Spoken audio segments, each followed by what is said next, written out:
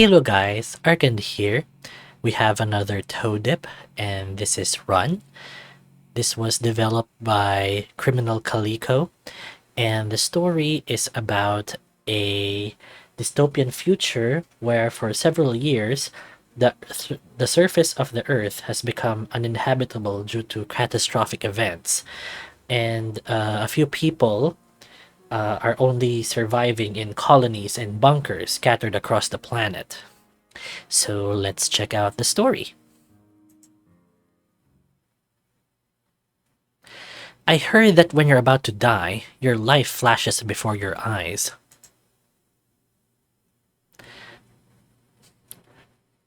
Tonight, the crystal storm will be visible from the entire country. But that feels like an eternity.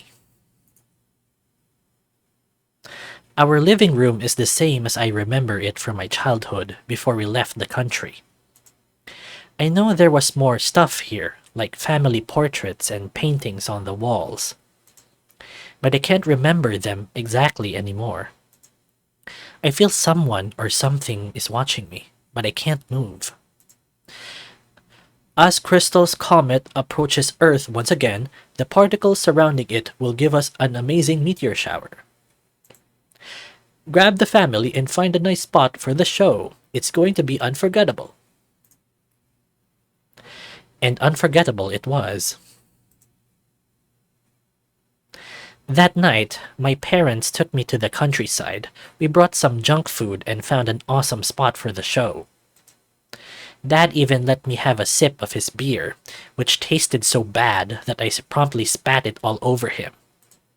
He laughed at me as my mother had a disappointed look on her face, soon joining him when I started pouting. And as soon as the first meteor appeared, I was amazed. The sky was colored with a turquoise glow as the meteorites burned out before reaching the ground. It was magical. Even now, 14 years later, I can't say I've seen anything more beautiful. We sat together through the entire spectacle. That was the best day of my life. Little did I know that would lead to one of the worst too. As we all know, every rose has its thorns. The next morning, everything started to change. First, a seafoam hue took over the sky, accompanied by a smell I can only describe as rotten eggs and burnt sugar. And as the day went by, heavy clouds formed over the city, and a foul-smelling rain poured down. As he got home on his bicycle, my father got soaking wet. I remember laughing at him and locking myself in my room as he chased me for a hug. The next day, the skies were clear again, but my father was sick. We thought of it as some sort of cold given his state last night, and Mom just bought some meds. But he started getting worse in a matter of hours. He vomited a lot on his way to the bathroom and collapsed in front of the sink, saying his body was stiff. Mom called the hospital, and the last thing I saw was his smile, right before they closed the ambulance back doors and the sirens faded slowly. I can't even remember his face anymore. I'm woken up by the sound of static, but everything is still the same. Except the whispers are getting louder and starting to make sense as the living room gets longer and darker. Oh, that is so creepy. I hope nothing's gonna come out of there. I feel like I'm being pulled by the shadows behind me. Are you okay, kid? I hear someone calling for me, but I can't wake up. Suddenly, I feel a strong grip around me. The TV turns off, and the rest of the room is disappearing. Oh my god, what is that? Oh, there's some eyes. I feel my chest rising and air filling my lungs like I've been out of breath for too long, but I can't open my eyes. Thank goodness, you're still alive. Can you stand? Something is pulling me back to those memories. My eyes are heavy, and I can't keep them open as I drift back to that dark room. Wake up, dragonfly. Adrian's voice is calling me this time.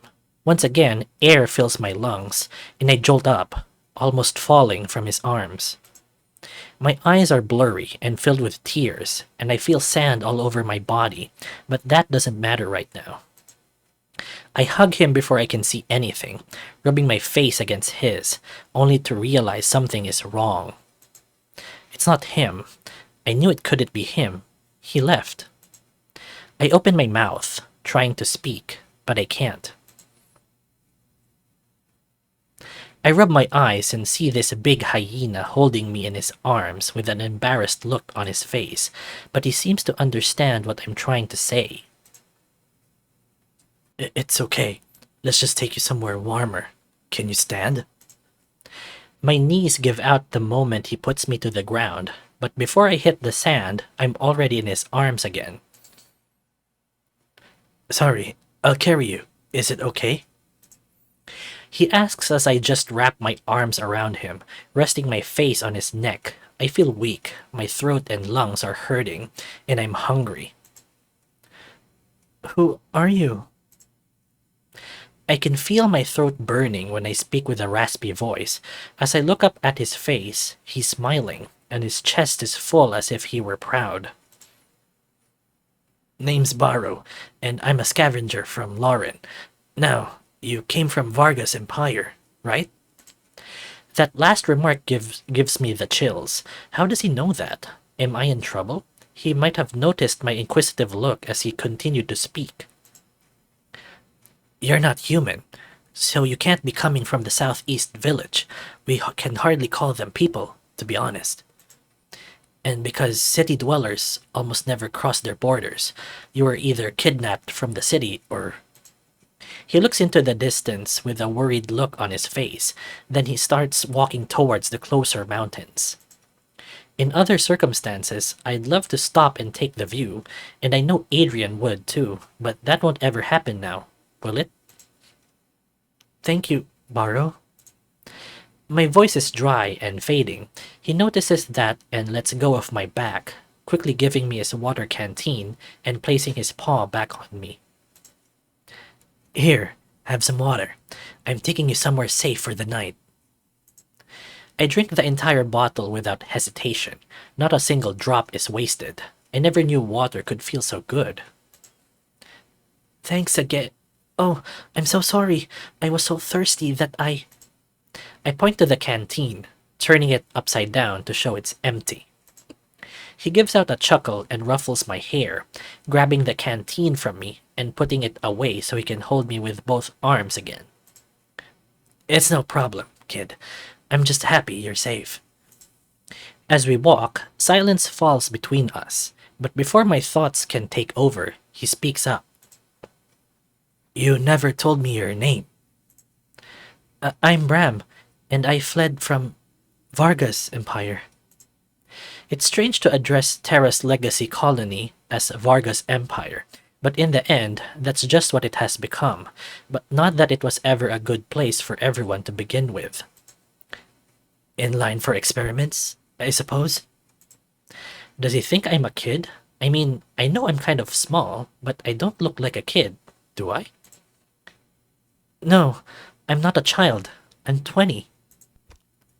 What? But you're so small. He almost screams in my ears, making me shrink more in his arms.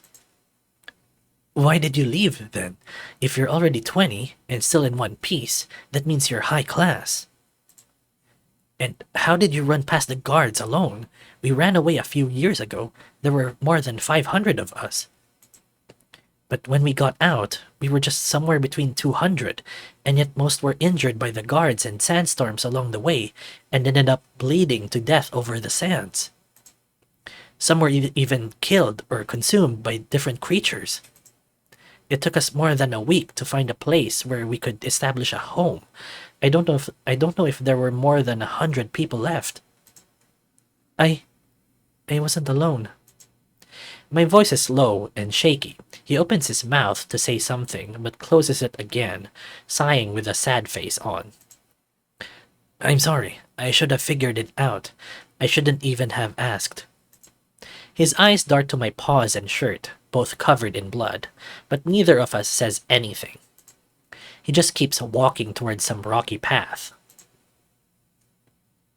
I reflect on everything that has happened in the last few days.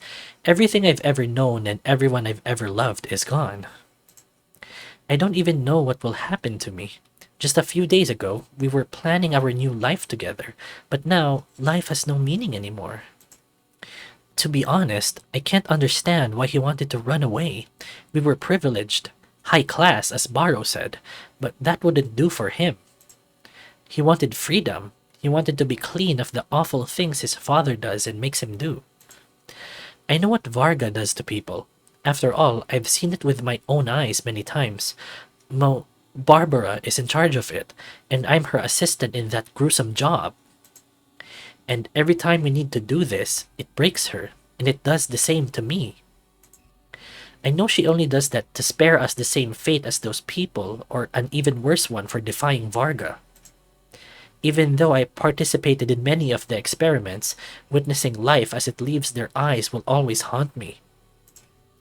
I want to hate him for making us leave, but I know he was right. But after everything he went through, I was the only one who really knew him and still stayed by his side. The executions, the kidnappings, all the families he had to split up broke him, but none of it mattered if we were together. I wish I could go back to the night we met.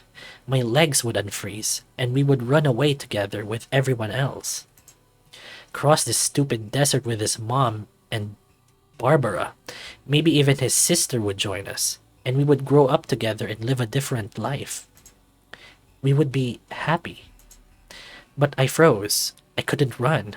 You stayed behind with me, and now you're gone because of a mistake I made 7 years ago. Or maybe just the one I made a few days ago.